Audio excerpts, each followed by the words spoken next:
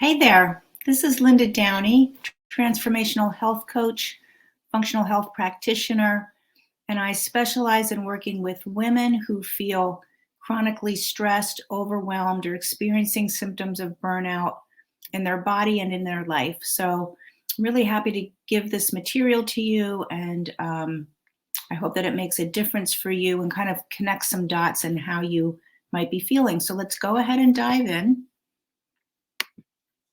So, as I said, this is overcoming stress and overwhelm, and I could probably even include burnout there. But what you need to know, what you want to recognize in your body and in your life that you maybe didn't realize had anything to do with stress, and some things that you need to understand in order to move forward in getting that stress response turned down.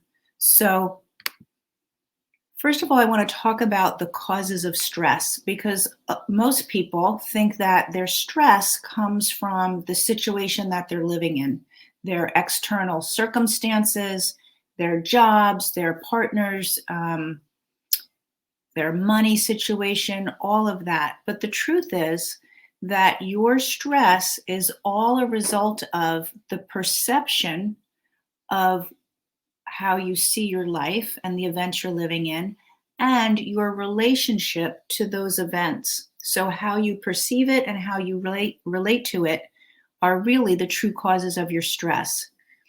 And we have certain beliefs about what's possible for us, how we're supposed to act in the world, things like, I have to be perfect.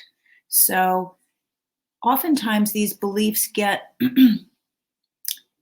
originated in childhood. They start there, something happens. Maybe you live in a house where there was a lot of anger. And so as a child, you thought, if I'm just perfect, they'll stop yelling. My dad won't be angry at me. So you start to try to do everything you can all the time to be perfect, except that perfection is not attainable. So you always have a sense of failure. And we're not meant to be perfect anyway, but it really sets you up for exhaustion and feeling like a failure because you're not going to attain it.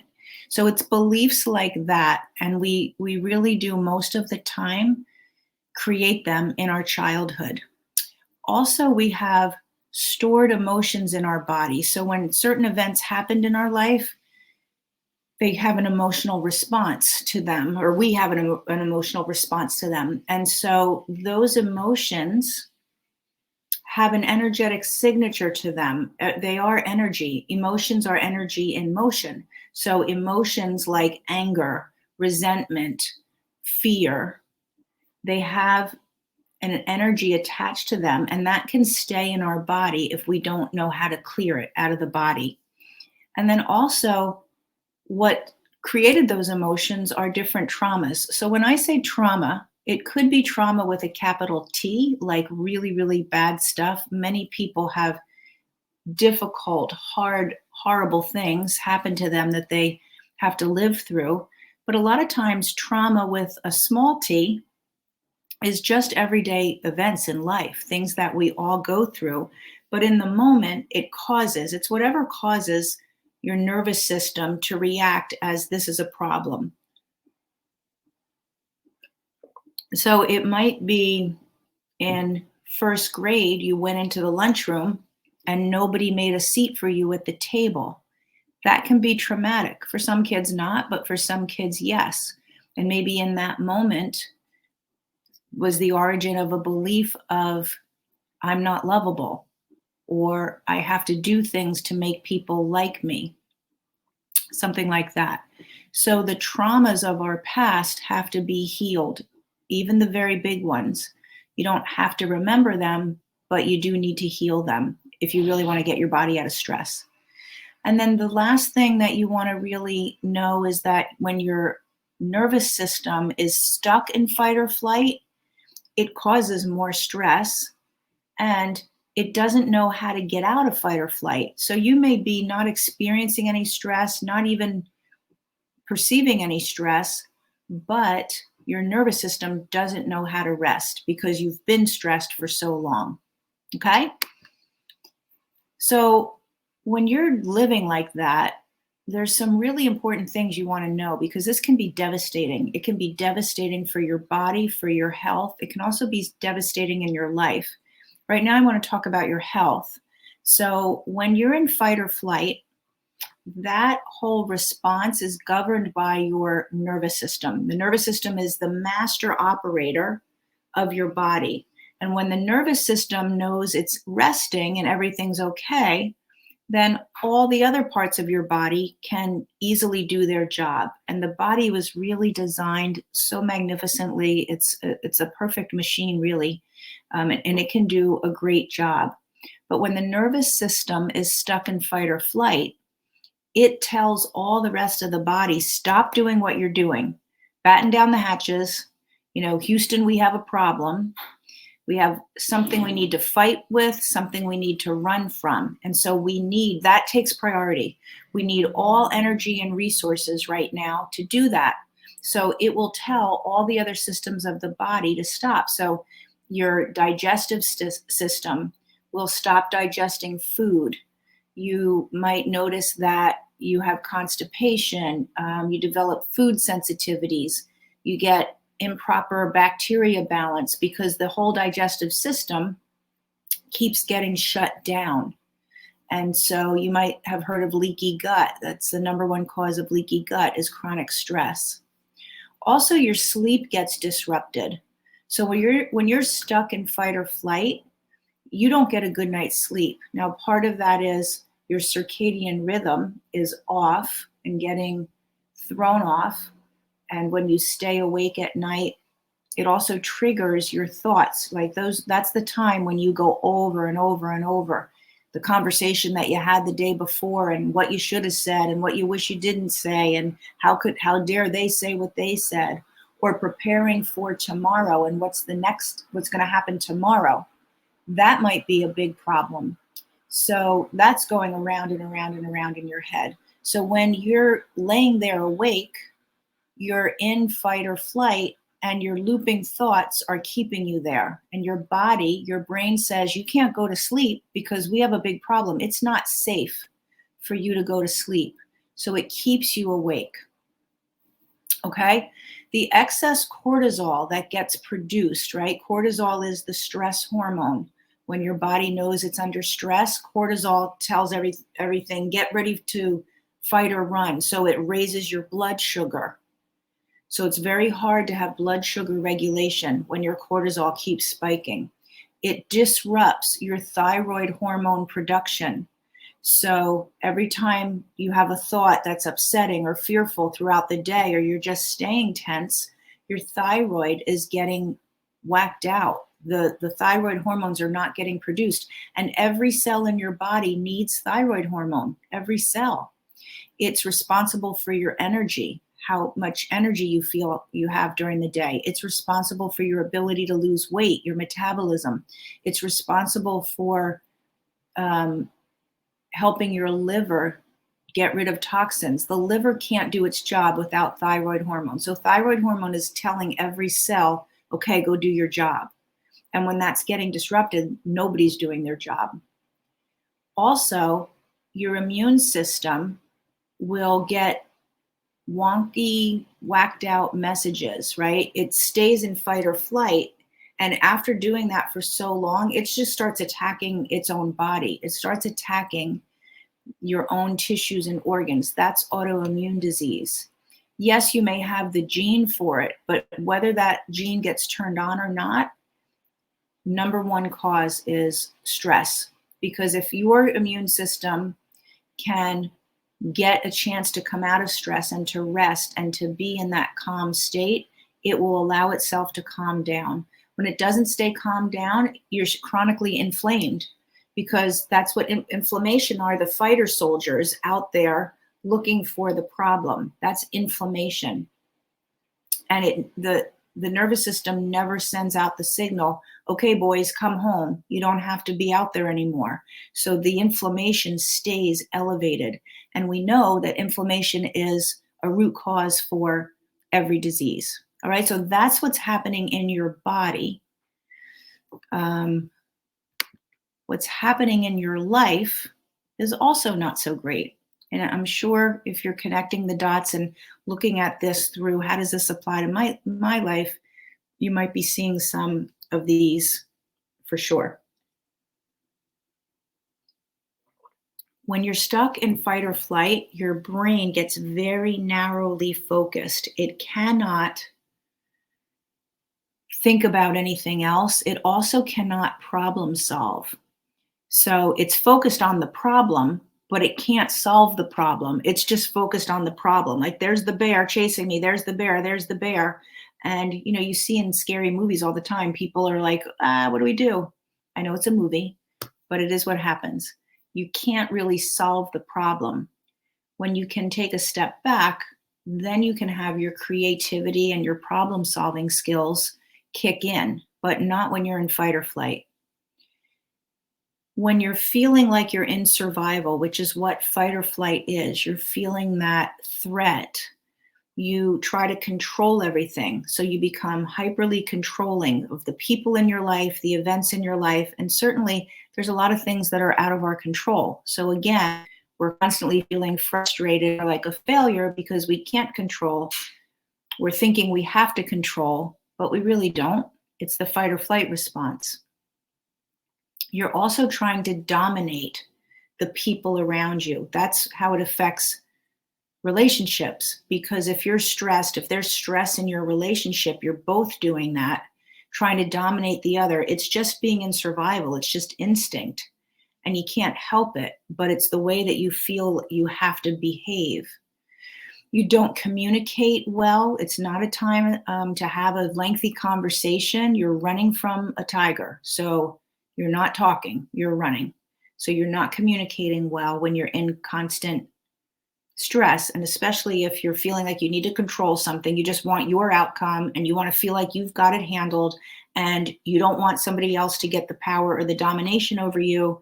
None of that is conducive to good communication. And you don't trust yourself. You don't trust that your life is going to be okay. You don't trust in yourself. You don't trust in your future. Okay, all of that's happening, and that leads you to feel really lonely and isolated. It's a lonely feeling to feel like you have to fight everybody and you have to be in control. It's very isolating to be in survival. So, when you're living like that, you feel not only disconnected from the people in your life, but also disconnected from yourself. So here you are trying to protect yourself, but because you can't really listen and problem solve and communicate, you're very disconnected from yourself. And in fact, when we've had trauma or stressful things, we actually disconnect in order to not feel that pain again. So there's a few reasons why disconnecting from self happens. But then you're not feeling any joy. You don't know what your purpose is or even how to get it. So all of that's going on in your life. So we've talked about what causes stress. It's your relationship to what's happening, your own perceptions, your beliefs, a nervous system that's stuck in fight or flight, and issues from your past. We've talked about how that affects your health, your weight, your sleep, your propensity for diseases. We've talked about now how it affects your life and your relationships. Okay, so what I want to talk about is what do you need to do to get that under control? So one thing that you need to do, this is important, is you need to learn how to self-regulate your body and teach your nervous system how to get out of chronic stress and how to get back into rest. So a nervous system that's been stuck in fight or flight for months, years, maybe your whole life, it doesn't know how to get out of that. You have to teach it. That's called self-regulation. One thing that you can easily do, so this is showing you, this slide is showing you on the left, a very chaotic heartbeat. So that's a person who's under stress. The heartbeat is all over the place. Now, here's what I want you to know about the heart that probably you don't know. The heart is not just a pump pumping out blood. That's like its well, I'm not going to say it's least function because that's an important function, but that's one function, the anatomy of it. But the role that it plays in your body is super, super important. The heart is the master creator of your life, it's the center for your feelings. It's really where your spirit lives, in your heart. And the heart is giving information to the brain. I always thought the brain did everything. The brain is carrying out the information that the heart gives it. So when you're having the experience of fear, that information goes to the brain and the brain says, got it, we're afraid. Let me go handle this. We're going to run. When you're having the experience of anger, that information goes to the brain and the brain says, fine, we're going to fight. So the heart is the one giving the information to the brain. And when the heart is stuck in that chaotic rhythm, the information is very chaotic. Now you have an incoherent communication between your heart and brain. And then your body really can't function. It's just getting into chaos. When you can get your heart rate, part of practicing self-regulation is getting this heart rate into a very rhythmic, even pattern. That's where you would be. That's where a baby is when they're sleeping, just a rhythmic, even pattern. So one thing you can do, let's practice it right now, is to put your hands on your heart. And what that does, there's a lot of energy in your hands, right? When you put your hands on your heart, you're bringing that energy into your heart space. So that energy is affecting the rhythm of the heart, even just by touching it. But you're also now connecting your brain, because by touching it with your hands, your brain notices this area. And your brain now connects with your heart. And now you can take at least 5, but 8 or 10 would be even better. Slow, deep breaths, because when you breathe slow and deep, your nervous system says, oh, we must not be in trouble because we're breathing slow and deep. So we're not running from anybody and we're not fighting anybody, because we would be breathing very differently. So you purposely breathe slow and deep with your hands on your heart. That's a heart math technique called heart-focused breathing. And it's their first tool to self-regulation. There's a lot of other tools you can use, but this is an easy one and you can practice it. Just remember, you need to stay there enough time to give the message to the nervous system. So at least 5 to 8 breaths, okay? Okay, the next thing, besides learning how to self-regulate, and it's more than just the heart-focused breathing, but that's one easy technique I wanted to give you in today's training. But the next thing you want to do is look at your beliefs and perceptions. Because if you're working on regulating your nervous system and calming down your heart rate, and you're having thoughts of, I have to be perfect, I need to control everything, you're not going to be able to get your system regulated, right? It's going to be counterproductive. So you also need to be rewiring your beliefs, really getting clear on what those beliefs are. I mean, you might know that you have the one about being perfect, or you might know that you always want to control things. You might not know why or where it came from, so that's important. But there's also beliefs there that you're probably not aware of, right? They're just under the surface. They run our life, but you're not really thinking about them. So rewiring, uncovering so that you can rewire your beliefs. Decide on the ones that are working for you and you want to keep. Decide on the ones that keep you stressed and upset, like being perfect. Having a belief that I need to be perfect keeps me exhausted. It keeps me feeling like I'm a failure. It keeps me working all the time. That's a belief I don't want to keep anymore. Okay, I'm going to work on rewiring that. So that's really important to do. And here's what you want to understand about rewiring your thoughts. Your thoughts follow a path. It's a neural pathway. And as each neuron fires to the next, they carve out a pathway that becomes the default way to go. It becomes the norm. So just like this slide is showing you a path shoveled out in deep snow. It's the only place to go right here in these woods.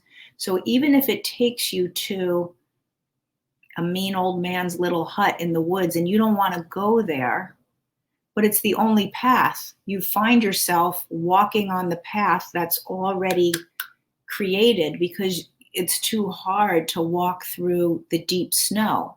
So by default, you keep ending up on that path, even though you know, I don't want to go there. I don't want to end up at that guy's house, but you're going to end up there because it's the only path. So it's not just changing a thought. You actually have to carve out new neural pathways. It's called neuroplasticity. Our brain is amazing and you can do it. And it's very, I wouldn't say easy to do, but it's certainly possible to rewire and cause new pathways. It takes consistency and practice. Okay, but that's what you need to do there. And then the third thing that you really need to do is heal your past. You know, if in first grade you went into the lunchroom and nobody gave you a seat, and in that moment you decided you're not lovable and you have to do everything you can to make people like you. So you're always trying to do things to make other people happy. Now you're 45. You don't remember, probably, certainly not on a daily basis, when that happened in first grade, but it's in there. Your cells have memories. Your subconscious and your brain, every single moment of your life is stored. Every thought you've had is stored. Every event that happened to you is stored. And if you don't heal those events from the past, you're operating on top of them. And that never works. It just doesn't work. You do not have to remember the traumatic memories. You don't have to go there and call it up again. A lot of people are worried about that. Some trauma, therapists do that. In the work that I do, we're very successful with other methods, and you don't have to remember specifically a memory that you don't want to. But you are going to want to heal it. You're going to want to heal the damage that it caused without going into the memory. And you're going to want to heal the emotions that might be stuck because of that memory that's stuck in your body. So this slide right here is called an emotional frequency chart. And this is taken from David Hawkins, who was, he's passed away, but an amazing psychologist from England. He created this and a lot of other really insightful, great tools to use. But if you see on the left, this is called actually levels of consciousness. So the column on the left is a consciousness that you live your life in. It's where you're consciously existing throughout your day. So if you look all the way to the left, the bottom from pride on down, that is a consciousness space of survival. When you're in fight or flight, when you're in survival, that's where you spend most of your time. So that's the level of consciousness there. If you go over to the right and you see the number, that's the energetic frequency. So the frequency is, if you can picture any sort of energy wave, a radio wave, a light wave, right? The frequency is the number of peaks that you can see or count in 1 second. You can't see them, but count. There's technology that can count it. So we don't see it with the human eye, but technology can count it, because emotions are energy in motion. They have an energetic signature to them. Anger is different than love, is different than fear. Each one has its own signature. So the higher the number, the more of those peaks, which means it's very fast. And it's very fast because it's very light. The lower the number means it's slower, it's heavier, it's denser. And when you're in chronic fight or flight, you may feel a heaviness in your body. Your legs may feel heavy. Your body may feel heavy and you're carrying extra weight. That's all a representation of the energetic frequency that is in your body. Okay, the next column is called the emotional state. So when you're in a consciousness of shame, let's just pick the bottom one. You decided when you were little, for some reason, that you're ashamed of yourself, you're bad. Maybe a grown up in your life said something to you and you right away decided, I'm bad. And you live with shame. The frequency is very slow and heavy. In fact, it's not that much above a dead person decomposing. Even decomposition requires energy. So shame is at a frequency of 20. That's not that high. So you're walking around like the walking dead when you're holding shame. The emotional home state that you live in most of the day is humiliation. That's like the emotion that you're feeling. The consciousness is shame, the consciousness of how you see your world. The emotion is humiliation. Your view of life when you're in that place is miserable. Life feels really miserable. And your God view is also not good, right? Your God view is that there just isn't God. You probably don't have much faith. You don't connect into God at all. Okay. And then all the way to the right, the process that you use to deal with your life is elimination. So you eliminate maybe people, you eliminate yourself from certain situations, but you're not participating in life. You're not fully expressed. You're not joyful at all. Okay, so these emotions, even if you're not consciously thinking about it, they're stuck in your body.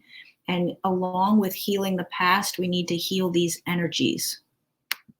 Okay, that's what you need to live a life that's peaceful, to live a life that feels joyful, to live a life where your body can heal, to live a life where your relationships work and you are a great communicator and you feel connected to yourself and to others.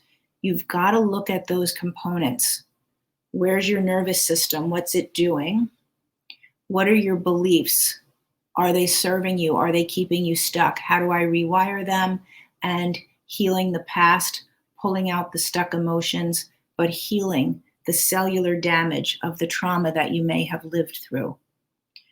Okay, so that is, I'm going to stop. Let's see if I can stop this. There we go. So that is today's training. I hope it gives you some insight on what you need to go to work on in order to get out of chronic stress. This is 100% what I do. I'm a whole life healer. I am a transformational coach, a functional health practitioner. So I've done a lot of work on understanding the human body and then how to rewire it and the energy work. So if you'd like to talk with me about your life, what you're experiencing, how you can really move past all of that, you can,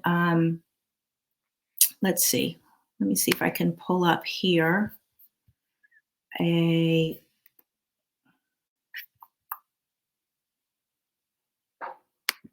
link for you. Okay. So here's what you're going to need to do. www.lindadowneycoaching.com/apply. Apply means you're going to get an appointment on my calendar to speak with me about the possibility of having a spot in my program. I don't work with just anyone. It's an in-depth, intensive process.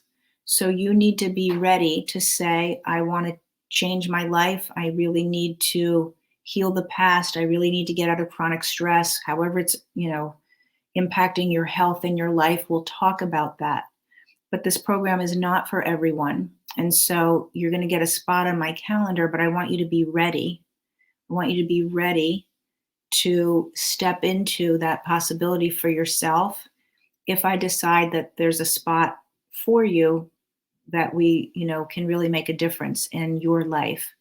So in that conversation, we'll take a look at that. And if we think so, then I'll tell you whether there's, a possibility for you to get into the program and then what that would look like. Okay. But if you decide to book a call, come with that in mind. Okay. I would love to talk with you and get some clarity on, what your issues are and help you. And if you're not, a good candidate for my program, I will do my best to steer you in another direction as well. Okay. So thanks for the training. I hope it was helpful. And yeah, take care. Live a stress free life. Bye.